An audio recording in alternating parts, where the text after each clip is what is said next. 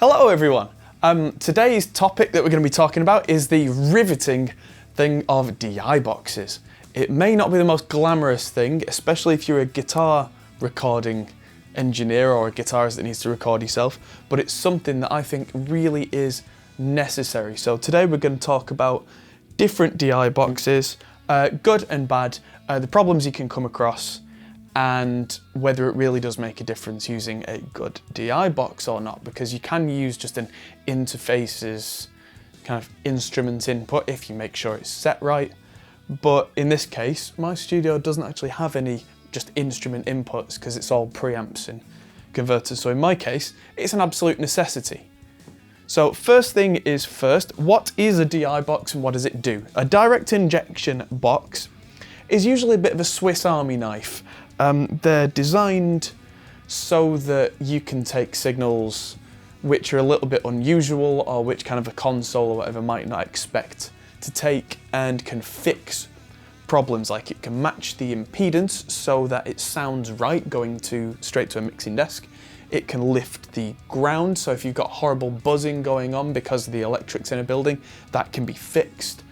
Some DI boxes have clever extra features like kind of tube warmth or like EQs inbuilt. Some of them have things like cabinet modeling inbuilt, and you can use different DI boxes for plugging a guitar straight in, or plugging in something like a line level instrument like a keyboard, or even something like, in some cases, a microphone. It's not usually the done thing, but technically it's possible.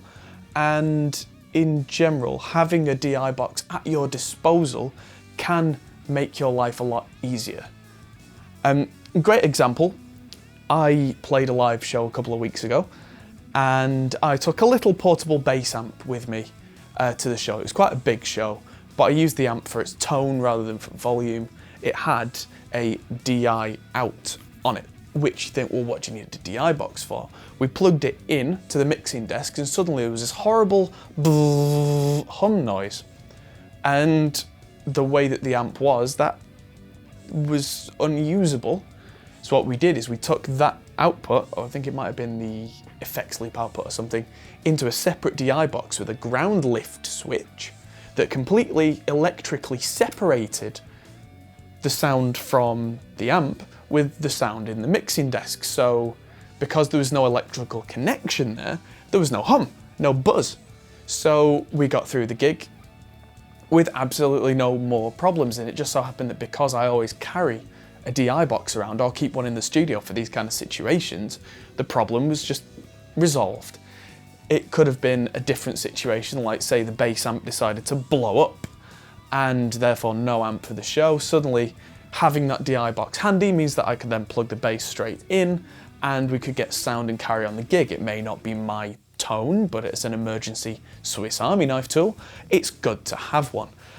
In the studio, I find that sticking one of these little bad boys in front of a guitar player, in front of the amp and everything, can be an absolute lifesaver, because that way, if they decide later that they didn't like the guitar tone, so say the amp wasn't set right, or the pedals weren't right, or the microphones might have been in the wrong position for what they later decided was the sound they wanted on reflection, with a DI box we can capture a completely raw, unprocessed signal for just the guitar that sounds a bit like this.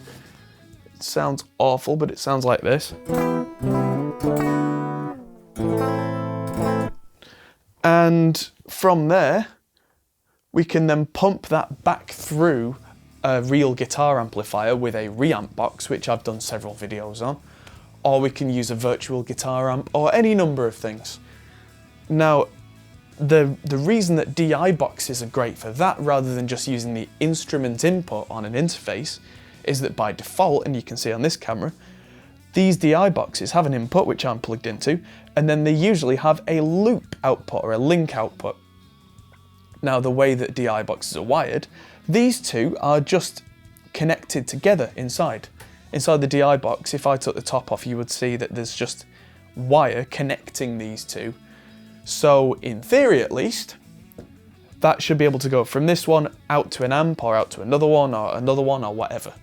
And as a good example there, whenever I see the Red Hot Chili Peppers live is a great example. Flea, the bass player, he plugs in to a DI box, then he goes out to his effects pedals, he's only got a few, then he's got another DI box, so that the guy at the front of house has a copy of the sound before the effects and a copy with the effects on, so he can blend the two, or if something goes wrong with the effects, if it's got a backup. There are all sorts of ways and means then to rescue a bad situation, or use the two to blend. So in this case, we're going out from my Groove Tubes Ditto, which is a lovely tube DI box, into my Behringer Ultra G, which has been an old faithful.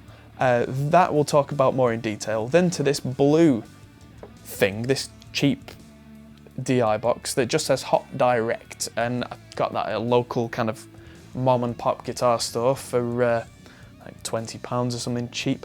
And then we're going into a Presonus BlueTube, which is actually more of a preamp, but it's got an instrument input, so I wanted to compare that as well. Now, as we begin, I'll turn on the amp that I'm using. I'm using Thermionic's version of the Friedman Brown Eye amp, and it sounds a bit like this.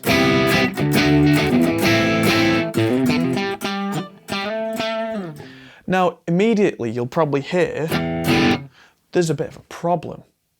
Now, this is something that I kind of knew, but has just been proven beyond all doubt here. Picking a DI box, you have to choose not only a good DI box, but the right one for the job. One of these four is not like the others, and it's this blue one here. I found that while I was setting up. If you hear, the tone's quite dull and quite quiet. If I unplug this loop output, so I'm currently using the sound just from this one. I'm recording all four, but I'm just using the Ditto at the moment so I can hear it while we record. And if I unplug this loop output, suddenly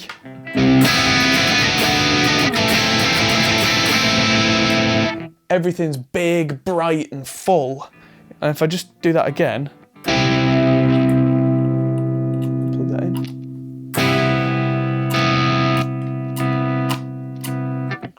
You hear the difference there as soon as I disconnect it, and it turns out it's the same if I do it further down.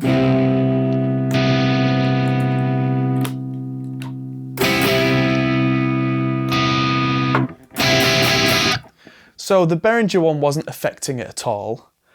This blue one seems to be doing the damage. So if I just unplug that and put that away, and just shuffle the Presonus over and link that one in, that one.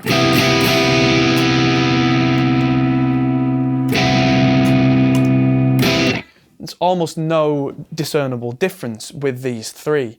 And that turns out, and again, it occurred to me as soon as I plugged that one in and the tone was massively drained and everything was quiet and dull, that the blue one wasn't designed for an instrument input.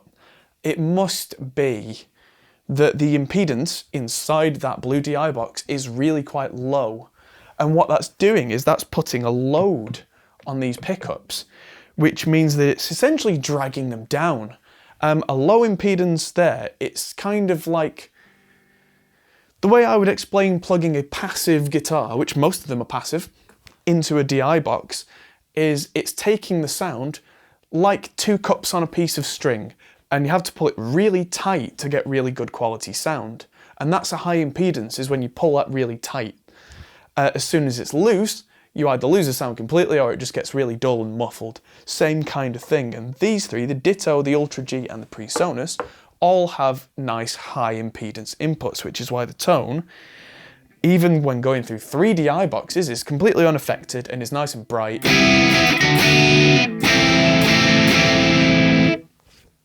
That's just using the sound from this one, but you can hear the tone from, well, the sound from these two is not making this one any worse, which is how it should be.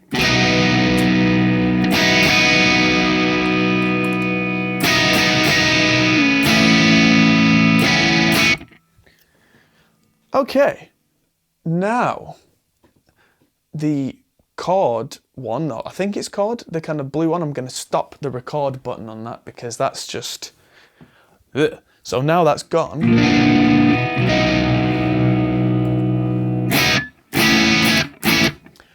Let's talk about these remaining three because I'm now happy with the overall tone. And they do sound quite similar to each other. I made sure at the start of this as well that I matched the gain from these three so that the input into the DAW is pretty much the same level. I based it around the Behringer one to begin with because the Behringer one has optional pads, which means if the signal that you're putting into it is way too loud, so say you've got something like an active bass, which is absolutely slamming volume out, and even with no gain on the console on the other side of the arena or your studio interface, if that's still clipping or near clipping, you press one of these pad buttons in and suddenly the volume will drop. In fact, let's just do that now. So I've enabled the Behringer audio, so that's the sound coming from this Behringer Ultra G with a little bit of drive coming from that amp. If I hit the pad,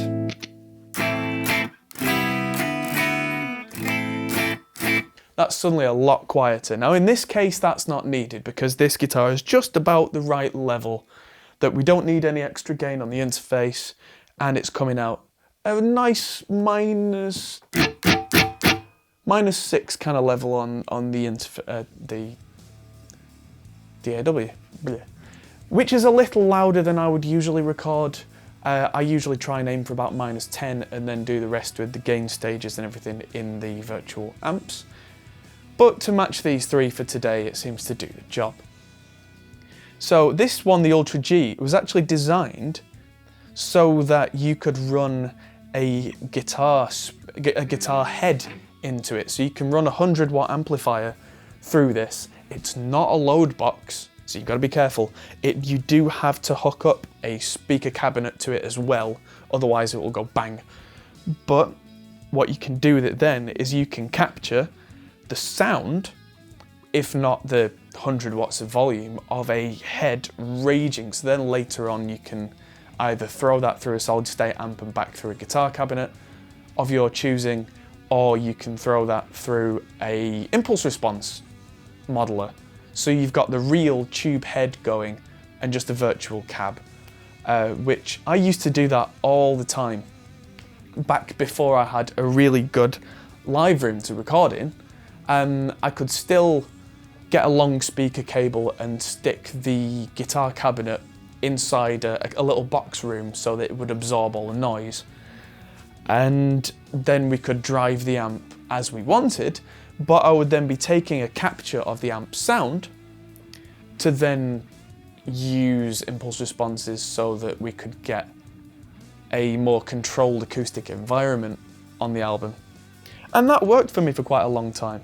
Now obviously I've got a big live room, so I tend to do it the other way around, where I capture a clean DI of the guitar, not the speakers, not the amp, and then blast the amp in there and use mics and whatever, but still a valuable tool because this also can work as a guitar input, as you can hear. Now the Groove Tubes Ditto here, this is my main DI box. This is what I use 90–95% of the time because it's a beautiful piece of gear. It's built like a tank. It's got two tubes in it, one for input, one for output, and that seems to make it just a little bit sweeter in my usual experience, but not enough to make it sound like you're obviously trying to make it sound like a tube device, which is how it should be. Tubes were always designed to be a hi-fi thing. They were never designed, until kind of Marshall got hold of them and started turning the gain up, they were never designed for distortion, they were designed for clarity. And the interesting thing here is this one doesn't have a pad on it. And that's probably due to the way it's designed, but it does have a gain knob instead. So instead of being able to turn the volume down, you can turn it up. but it's tube gain. It's cranking more gain out of the second tube. So the 12AX7, by the look of the diagram, because there is a diagram on the top, which is great, then goes to extra gain, which goes then to a transformer output, which means this is a real high quality piece of gear that's kind of like a 70s-ish design, tubes and transformers. It's very classic, if you will. And the noise floor is incredibly low. And I'm still using a Behringer one here. Let's just switch these over again.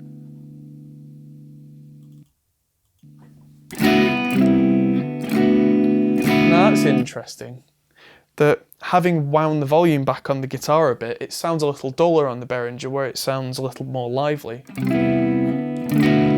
Coming through those tubes.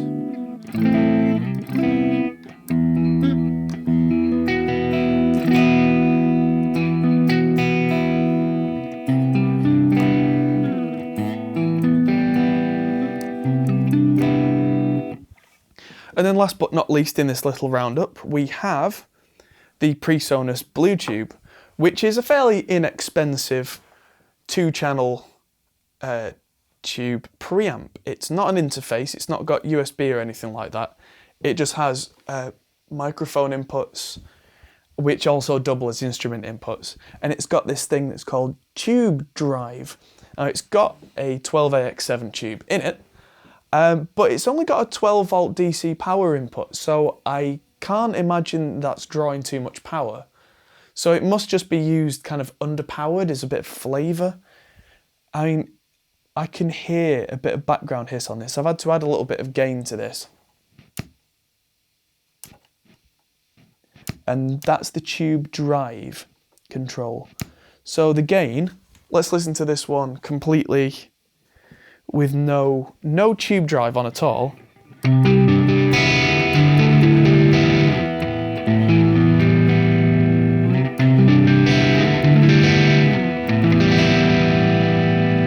And then let's crank the tube drive all the way to the top and see if it makes a difference.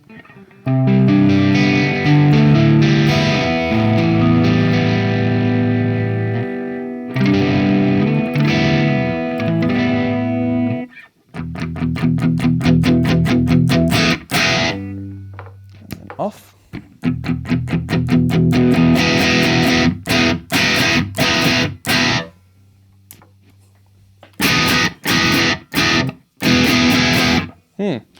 I can see that the waveform is clipping, or at least saturating, inside the preamp. It's not causing the DAW or the interface it's plugged into to clip, but it is causing a fattening of the waveform, as it were. So it'll be interesting to hear that when we do some comparisons. So now comes the comparison section. So we're gonna do, as you can see, recording all of them at once through my Focusrite Octo Pre 2 Dynamic, which is set. It may not be the best set of preamps and everything that I have, but it is uniform across every channel. And it's something that you might have in a project studio. It's something that I use quite a lot when I've got a large number of channels running. So, I can still hear that hiss. That hiss on that BlueTube would absolutely annoy the life out of me.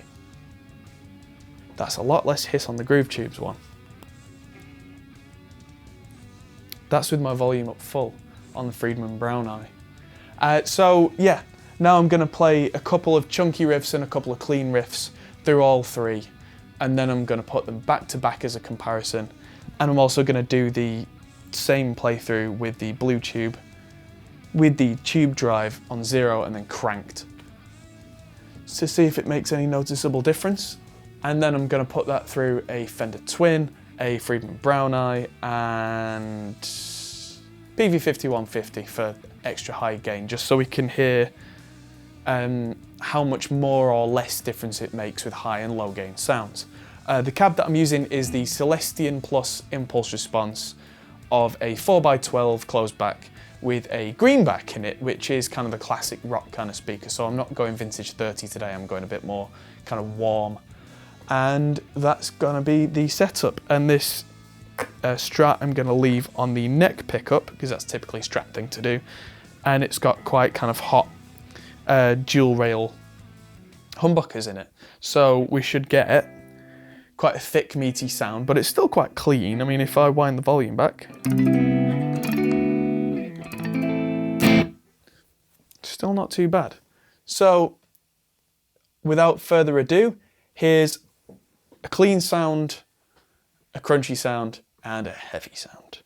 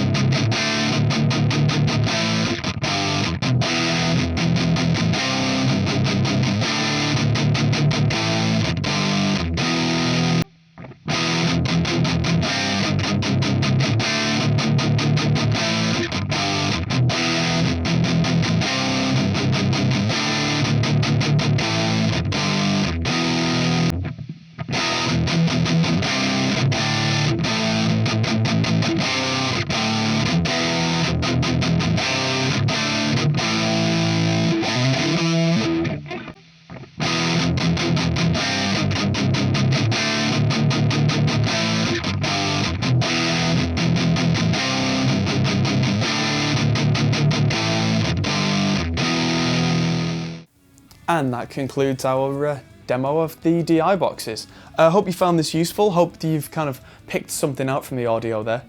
And yeah, it really is important, in my opinion, to get a good direct injection box. Partly because longevity is an important thing, and partly because your tone is important, especially on recordings that you're going to listen to forever and ever and ever. So, thanks for watching. I'm Adam Steele for the Hot Pulse Studios. Have a look at our Patreon campaign and support us on there if you can, because that's how we keep doing these videos. We're building a very small community there, which hopefully is going to grow and grow. And if you can help us out, we'll be able to give you kind of direct access to me in the studio and helping out with mixing and all that kind of thing. Subscribe to the channel if you haven't already, because that helps us grow as well. And that helps us to kind of bring more gear in and do these kind of review videos. And stay tuned for more content. We'll see you very soon.